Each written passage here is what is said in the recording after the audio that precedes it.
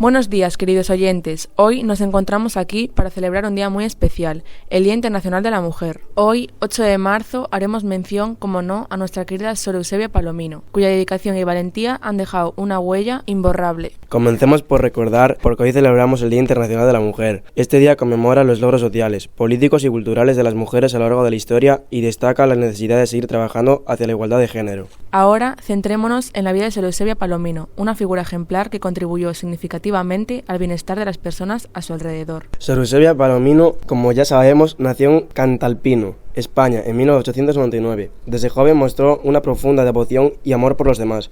A la edad de 12 años sintió el llamado a servir de Dios y se unió a la consagración de las hijas de María Auxiliadora, su vocación. Sor Eusebia se dedicó a la educación de niños y jóvenes, creyendo fervientemente en el poder transformador de la educación. Trabajó incansablemente para empoderar a las mujeres y darles las herramientas necesarias para construir un futuro mejor. Ella era una mujer comprometida con la educación y con el bienestar de los demás. El legado de Sor Eusebia Palomino es un testimonio de la importancia de reconocer y valorar las contribuciones de las mujeres en todos los aspectos de la sociedad. En este Día Internacional de la Mujer, recordemos su valentía y determinación para hacer del mundo un lugar más justo y equitativo.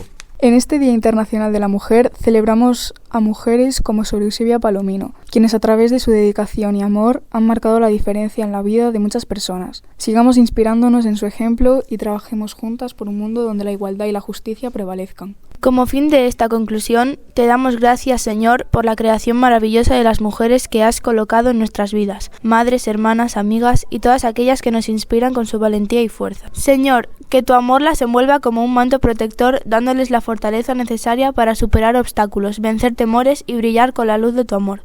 Concédeles la valentía de expresar sus sentimientos y sueños, de abrazar su identidad. Ellas son capaces de superar cualquier cosa. Señor, te pedimos para que ellas descubran la plenitud de su potencial. Gracias por acompañarnos hoy en este especial programa dedicado a las mujeres extraordinarias. Ahora os dejamos bailando, queridos oyentes. Hoy toca el tema Sobreviviré de Mónica Naranjo, en la versión de la ganadora de Operación Triunfo 2023, Nayara.